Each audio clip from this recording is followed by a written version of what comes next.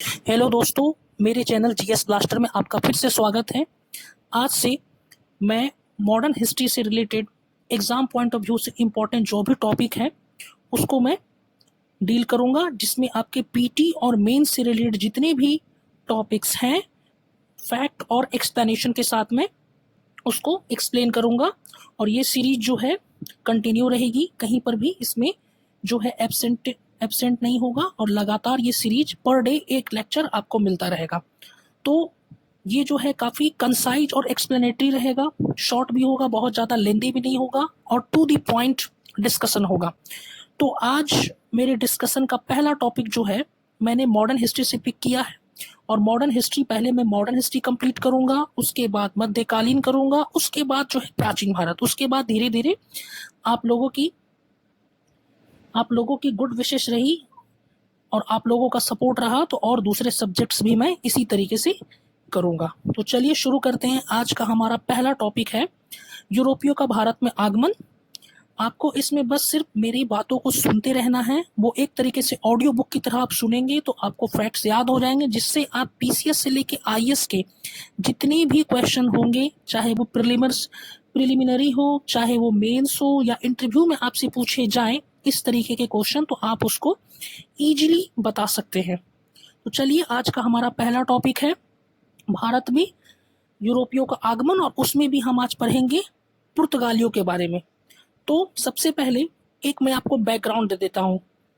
तो अगर हम भारत की बात करें तो भारत के पश्चिम में मालाबार तट पर कालीकट एवं कोचीन तथा गुजरात में सूरत, भरूच और कैम्बे प्रसिद्ध पोर्ट या बंदरगाह थे। ये बंदरगाह जो थे पश्चिमी देशों के साथ भारतीय व्यापार के प्रमुख केंद्र थे। साउथ ईस्ट एशिया के मसाले, रेशम, चीनी मिट्टी, लाख यानी कि वैक्स इत्यादि वस्तुएं मालाबार कोस्ट पर लाई जाती थी, जहां से रेड सी या लाल सागर और फारस की खाड़ी यानी कि पर्शियन गल्फ होकर इन्हें वेस्टर्न कंट्रीज को भेजा जाता था। फिर वेस्टर्न कंट्रीज से यहाँ पर भारत में जो वस्तुएं आती थी जिसका इंपोर्ट होता था, उसमें थे सूती कपड़े यानी कि कॉटन टेक्सटाइल, नील, मसाले और जड़ी बूटियां। इस समय जो गुजरात था ना, भारी मात्रा में कॉटन टेक्सटाइल यानी कि सूती कपड़े का एक्सपोर्ट करता था। 1500 ईस्वी के लगभग भारत के समूचा व्यापार जो था ना, उसको एक प्रमुख समुदाय था, ट्रेडिंग कम्युनिटी था जो उसको कंट्रोल करती थी, जिसका नाम था चेट्टियार समुदाय, जो कि कोरोमंडल तट पे रहता था। बे ऑफ बंगाल के समूचे क्षेत्र में और विशेष रूप से कोरोमंडल से मलक्का तक के व्यापार में उनकी बड़ी महत्वपूर्ण भूमिका थी। इस व्यापार में चेट्टियार समुदाय के अलावा एक अन्य दक्षिण पूर्वी व्यापारी समुदाय था, चूलिया मुसलमान। इस प्रकार भारत में पुर्तगालियों के आगमन के समय विशिष्ट समुद्री मार्गों पर विशिष्ट व्यापारिक समुदायों का प्रभुत्व था। भारत में यूरोप वासियों के आने के क्रम में जो सबसे पहले थे वो पुर्तगाली थे। इसके बाद डच आते हैं, अंग्रेज आते हैं, डेन लोग आते हैं और फ्रांसीसी आते हैं। तो आज हम जो बात करेंगे पुर्तगालियों के बारे में ही बात करेंगे। तो सबसे पहले पुर्तगाली भारत आए। ये आए कैसे? ये केप ऑफ गुड होप यानी कि जिसको हिंदी में कहते हैं उत्तमाशा द्वीप का चक्कर काटते हुए एक गुजराती था जिसका नाम था अब्दुल मनीद, या कहीं कहीं मजीद भी होता है, उसकी सहायता से 17 मई 1498 को कालीकट का प्रसिद्ध जो पोर्ट है, बंदरगाह कप्पक डाबू, फिर से बोलता हूँ, कप्पक डाबू नामक जगह पर वास्को डी गामा उतरा और कालीकट के राजा ने उसका स्वागत किया, जिसकी पैतृक उपाधि जमोरीन थी। वास्को डी गामा यहाँ पर व्यापार किया और इस यहाँ से उसको जो है जितना उसको आने में खर्च लगा था, जितना उसको व्यापार में 60 गुना प्रॉफिट यहाँ से वो कमा कर गया। फिर क्या हुआ, 1500 ईस्वी में यानी कि 1500 में पेड्रो अल्वारेज कैब्रोल के नेतृत्व में सेकेंड पुर्तगाली अभियान कालीकट पहुंचा। इसने कालीकट पोर्ट में एक अरबी जहाज पकड़कर जमोरीन को गिफ्ट में दे दिया। फिर 1502 ईस्वी में वास्को डी गामा फिर से भारत आता है। तीसरा पॉइंट, 1503 में पुर्तगालियों ने कोचीन में पहली फैक्ट्री बनाई। 1503 में पुर्तगालियों ने कोचीन में पहली फैक्ट्री बनाई। 1505 में उन्होंने कन्नौर में दूसरी फैक्ट्री बनाई। फिर 1505 में ही फ्रांसिस्को डी अल्मीडा को भारत में पहला पुर्तगाली वायसराय बनाकर भेजा गया। अब पुर्तगाली जो है भारत क्यों आए, तो इनमें 3-4 कारण हैं। पहला कारण ये था कि वे अरबों और यूरोपीय कंपटीटर जो थे यानी कि वेनिस और जेनेवा के जो ट्रेडर थे, व्यापारियों थे, उसको जो थे, जो ईस्ट से व्यापार होता था, यानी कि पूर्व दिशा में जो भी देश थे उसके साथ जो व्यापार होता था वेनिस और जेनेवा के व्यापारियों का, उसको वो उस व्यापार से निकालना चाहते थे और सारा प्रॉफिट वो कमाना चाहते थे पुर्तगाली। और दूसरा ये था कि वो अफ्रीका और एशिया के जो लोग थे उसको वो क्रिश्चियन यानी कि ईसाई बनाकर तुर्कों और अरबों की जो शक्तियां थी, पावर्स जो थी, उसको बैलेंस करना चाहते थे।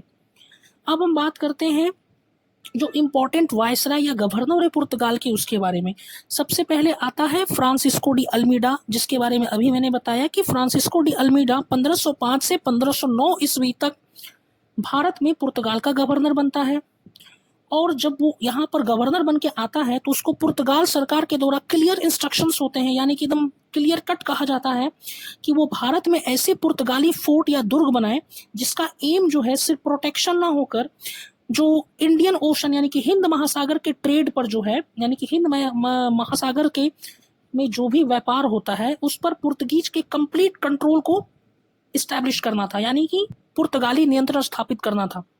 इस प्रकार इंस्ट्रक्शंस को लेकर अल्मीडा ने एक पॉलिसी अपनाई जिसको हम फेमसली कहते हैं ब्लू वाटर पॉलिसी, हिंदी में कहते हैं शांत जल की नीति। फिर अल्मीडा से रिलेटेड एक इम्पॉर्टेंट पॉइंट ये भी है कि अल्मीडा का 1508 ईस्वी में एक कंबाइंड मुस्लिम नेवी से मुकाबला हुआ। वो कंबाइंड मुस्लिम नेवी में कौन कौन थे? गुजरात, इजिप्ट यानी कि टर्की, मिस्र और टर्की थे, तुर्की। चौल के समीप युद्ध हुआ जिसको हम जनरली कहते हैं चौल का युद्ध, जिसमें वो हार गया और इसमें उसका बेटा भी मारा गया। फिर 1509 में फिर चौल में ही इसने जो गुजरात, मिस्र और तुर्की की सेना थी उसको पराजित कर दिया।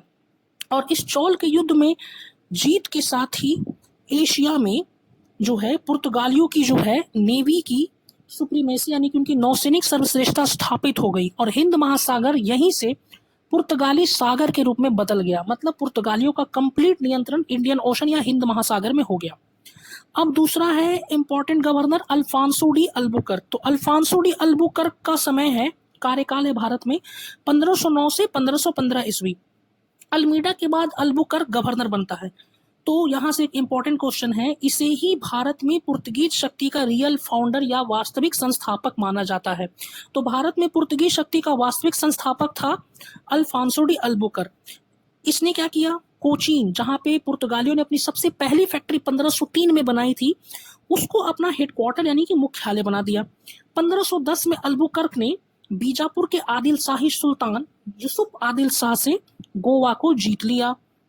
गोवा की जीत के साथ ही जो साउथ ईस्ट का जो सी कोस्ट था यानी कि दक्षिण पश्चिम का समुद्र तट था, वहां पर भी पुर्तगाली कंट्रोल इस्टेब्लिश हो गया।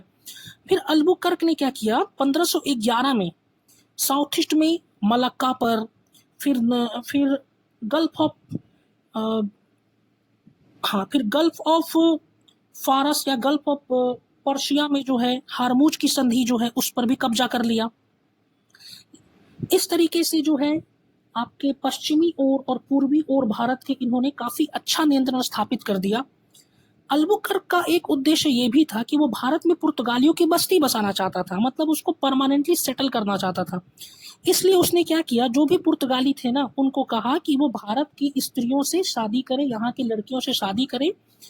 और अल्बुकर्क ने क्या किया, जहां पर उसका प्रभाव क्षेत्र था वह सती प्रथा को बंद कर दिया। और उसके एक ये भी नीति थी, वो मुस्लिमों को काफी तंग करता था, बहुत ज्यादा परेशान करता था। इस कारण जो है मुस्लिमों को भी तंग करता था, भले वो उसके कितने बड़े वफादार क्यों ना हो।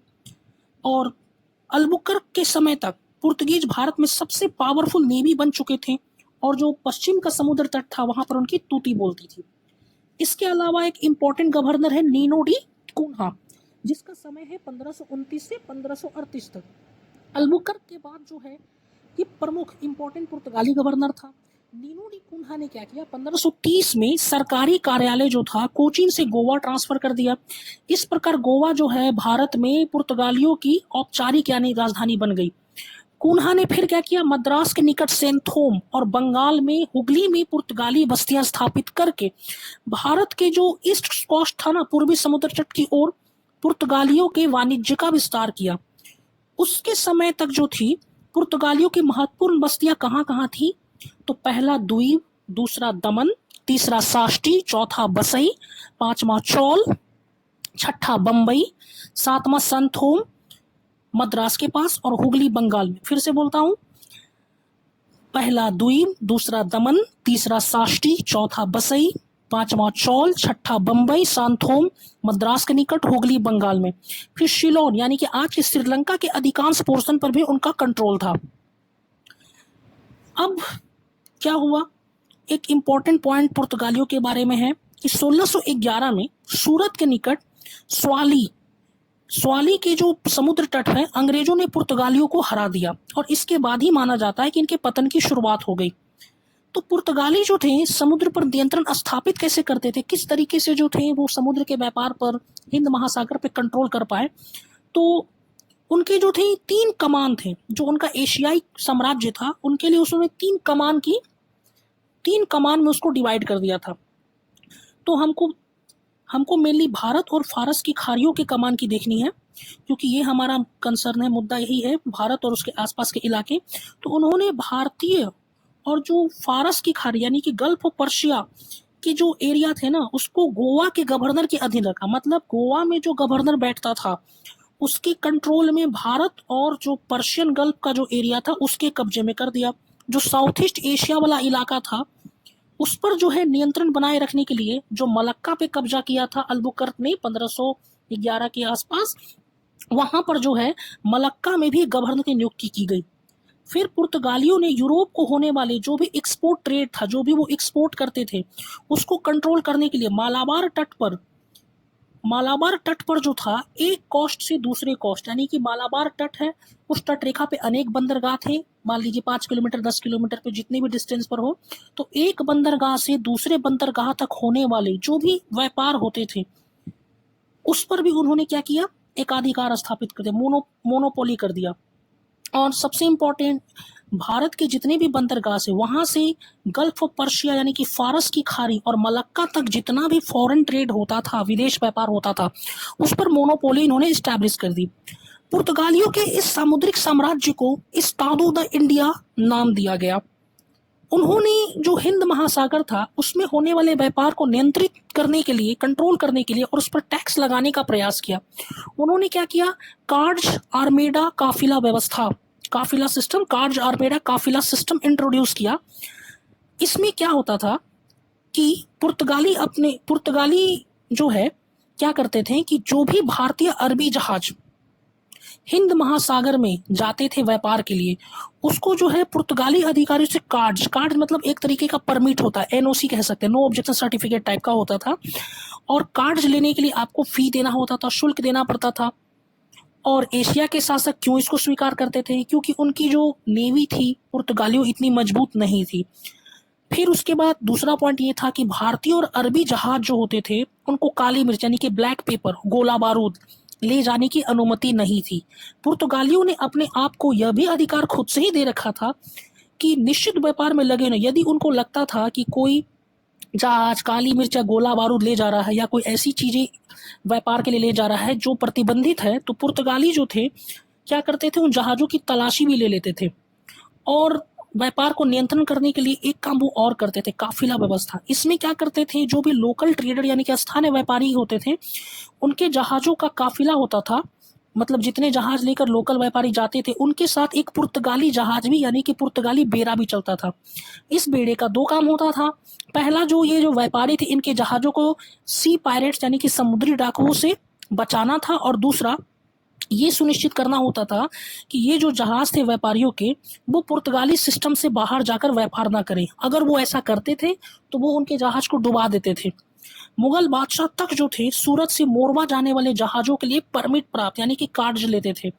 मुगल सम्राट अकबर ने पुर्तगालियों से प्रतिवर्ष एक निशुल्क कार्ड प्राप्त करके एक प्रकार से उनका कंट्रोल स्वीकार कर लिया था। पुर्तगालियों का हिंद महासागर पर 1595 ईस्वी तक एकाधिकार बना रहा। अब बात करते हैं कि पुर्तगालियों का पतन कैसे हुआ।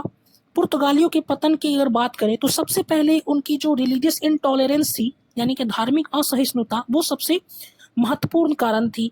जैसे हमने देखा अल्बुकर्क मुस्लिमों को काफी तंग करता था, भले वो उसके लिए कितने वफादार हो। दूसरा, वो क्या करते थे कि चुपके चुपके व्यापार भी कर लेते थे। फिर तीसरा पॉइंट ये था कि ब्राज़ील का जब पता चल गया तो वो अपना ध्यान मैक्सिमम ब्राज़ील पर ही केंद्रित करने लगे और ब्राज़ील को ही अपना उपनिवेश बनाने में या इम्पेरियलिज्म के तहत लाने में व्यस्त हो गए। इस तरीके से ये 3 फैक्टर थे और सबसे इम्पोर्टेंट अगर देखा जाए तो भारतीय सागर में, हिंद महासागर, इस सब इलाकों में जो थे दूसरे यूरोपीय कंपनी जैसे अंग्रेज, फ्रांसीसी आने लगे, डेन आने लगे, जिस कारण जो है कंपटीटर इनके ज़्यादा हो गए और वो कंपटीटर इनसे नेवी के मामले में काफ़ी शक्तिशाली थे, तो वो इनका मुकाबला नहीं कर पाए।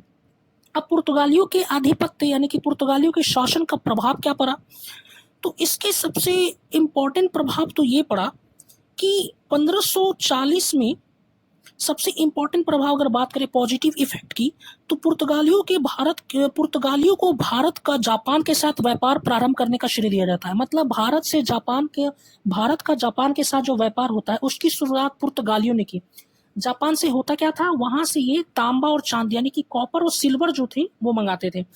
पुर्तगाली जो है सेंट्रल अमेरिका से तंबाकू यानी कि टोबैको, आलू, पोटैटो और मक्का कॉर्न लेकर भारत आए। उन्होंने भारत में प्रिंटिंग प्रेस की शुरुआत की।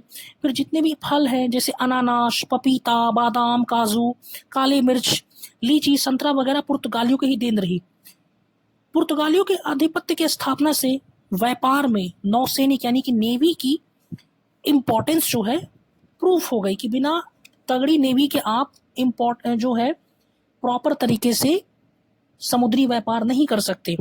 फिर इनका निगेटिव इम्पैक्ट क्या रहा, इन्होंने गोवा में सभी मंदिर नष्ट कर दिए। फिर बारडे और सॉल्सेट में भी यही काम किया इन्होंने। धार्मिक क्षेत्र में बात करें तो 1560 में गोवा में ईसाई धर्म न्यायालय, जिसको इंग्लिश में कहते हैं इंस्टीट्यूशन ऑफ इंक्विजिशन, की स्थापना की गई ताकि किसी भी प्रकार के धर्मद्रोह यानी कि हर्सी को दंडित किया जा सके। 1542 में पुर्तगाली गवर्नर मार्टिन डिसूजा के साथ प्रसिद्ध ज्यूस संत जेवियर भारत आया। मुगल शासक अकबर के दरबार में 3 जेसुइट मिशन आए। तो इस तरीके से हमने पुर्तगालियों से संबंधित सारे important examination point of view से जो भी फैक्ट थे वो हमने देखे। आशा करता हूँ आपको लेक्चर अच्छा लगा हो, तो प्लीज़ मेरे चैनल को लाइक कीजिए, सब्सक्राइब कीजिए। Thank you.